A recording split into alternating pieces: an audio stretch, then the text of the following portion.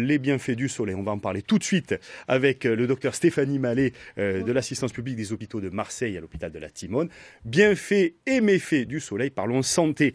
Évidemment, on va parler des crèmes, on va parler des crèmes solaires, les précautions à prendre avec les enfants. Mais on va tout de suite regarder un petit reportage. Par ce geste, vous pensez protéger votre enfant des dangers du soleil. L'indice est élevé, 50 et plus, de quoi rassurer les parents. C'est plutôt le degré, le 50 plus, voilà, c'est ça ce que je vois, plus.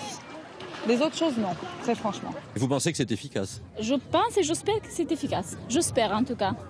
Après toutes les études qu'ils ont faites, normalement, c'est efficace. Et pourtant, l'UFC Que Choisir s'est penché sur 17 crèmes solaires destinées aux enfants. Le résultat est sans appel, un tiers d'entre elles sont inefficaces. La recommandation européenne exige que les produits solaires protègent non seulement au regard des UVB, ceux qui vont donner notamment des rougeurs, les fameux coups de soleil, mais aussi au regard des UVA, qui, même si eux ne donnent pas de rougeurs sur la peau, sont tout aussi nocifs puisqu'ils sont également à l'origine des cancers de la peau. Parlons des bienfaits du soleil, mais j'ai envie de dire, docteur Stéphanie Mallet, le soleil, c'est bon pour le moral quand même. Mais vous avez raison, je crois que j'en peux plus qu'on diabolise le soleil. Le soleil, c'est pas que mauvais. Le soleil, ça donne la bonne humeur. Le soleil en a besoin, les enfants en ont besoin pour synthétiser notamment la vitamine D pour la croissance. Évidemment. Et puis nous, en tant que dermatologues, on s'en sert même pour traiter des eczémas, des psoriasis, certains lymphomes cutanés.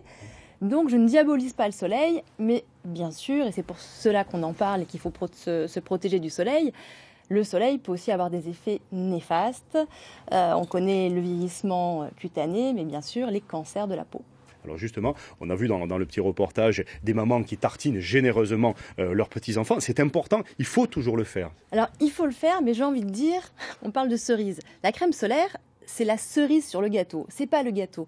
Et le gâteau, c'est tout le reste. Ça veut dire ne pas s'exposer forcément entre 11h et 16h, aller à l'ombre, mettre des vêtements couvrants. Et souvent d'ailleurs, on me demande, est-ce qu'un vêtement protège bien du soleil? Eh bien c'est simple, vous prenez par exemple un jean, on en parlait tout à l'heure, vous le mettez entre la lumière et vous. Si vous voyez la lumière, c'est que la lumière vous voit. Et en général, quand on prend un jean avec un tissage serré, comme on en parlait dans le reportage précédent, eh bien, le jean protège bien du soleil. Donc, avec des vêtements, un chapeau large... un jean sur la tête. Quoi. Voilà, c'est ça. Mais maintenant... Mais on pourrait. Mais maintenant, il y a aussi des vêtements, vous savez, comme on fait dans les magasins de sport, très légers, qui protègent bien du soleil, avec des chapeaux, des lunettes et toute la panoplie. Un petit t-shirt en coton pour les enfants ou des tenues aquatiques légères. Par ailleurs, on voit les indices de protection sur les crèmes solaires, alors 25, 50. Est-ce que c'est véritablement un indice de protection sérieux ou juste un argument commercial ? Non, c'est pas qu'un argument commercial, il y a quand même des tests qui sont faits. Par exemple, si au bout de 10 minutes, on prend un coup de soleil, grâce à une crème solaire indice 30, on aura le même coup de soleil au bout de 30 fois plus de temps, donc 300 minutes. Ou alors, il faudra avoir 30 fois plus de soleil. Donc quand même, c'est des arguments sérieux.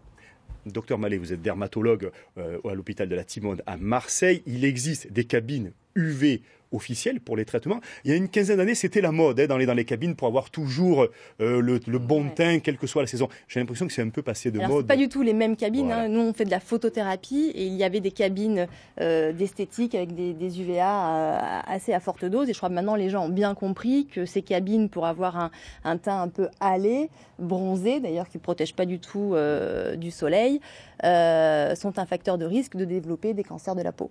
Alors justement, Jean-Marie Perrier, lorsqu'on fait une séance photo, un shooting, comme une séance photo avec une personnalité en plein soleil, il faut aussi protéger entre les deux. Il ne faut pas qu'il y ait un coup de soleil entre le début, la fin. C'était pas facile parfois de certaines stars qui avaient des attendez, envies. Là. Je mets pas une journée pour faire une photo. Hein, ça va beaucoup plus vite que ça. Mais le coup de soleil peut arriver rapidement. Hein. Oui, mais vous savez, ce qui est plus important à dire, je crois, maintenant, c'est il n'y a pas seulement que les gens. Il y a aussi les paysans. Parce que moi, dans l'Aveyron, je peux vous dire que les paysans, quand il y a trop de soleil, ils sont vraiment dans la merde. On oublie ça. Mais c'est vrai. Alors, on est là tous à dire « Ah, formidable, il fait beau ». Moi, je vois leur tronche là-bas. Hein, quand il y a tout à coup, ça pousse plus. Mais ils avaient souvent quand même le bon réflexe du chapeau, etc. C'est pas pareil que les vacanciers qui arrivent avec la peau blanche, qui n'ont pas vraiment l'habitude et qui tout d'un coup s'exposent au soleil. et coup de soleil. Alors justement, docteur Mallet, très important à surveiller les petits grains de beauté. Il y a même un petit procédé mémotechnique. Comme on dit, il faut dire ABCD. Exactement. Alors, avant de parler de ce moyen mémotechnique, je pense qu'il y a deux choses. Dès que vous avez un grain de beauté, quel qu'il soit, si jamais il se modifie un peu, il change de couleur, il s'étale, il grossit, si vous le changez, vous le sentez différent, vous voyez le dermatologue. Deuxièmement, si vous avez un grain de beauté différent des autres, si vous n'avez que des petits grains de beauté marron clair, vous en avez un marron foncé, allez voir le dermatologue, c'est ce qu'on appelle le signe du vilain petit canard. Et effectivement, on apprend à nos étudiants à la faculté le fameux acronyme ABCD. Quand vous avez un grain de beauté qui est asymétrique, avec des bords irréguliers, une couleur inhomogène, avec un diamètre assez important et surtout qui grandit, il faut consulter le dermatologue. Merci pour ces conseils, docteur Mallet. Donc vous êtes dermatologue à l'hôpital de la Timone à Marseille.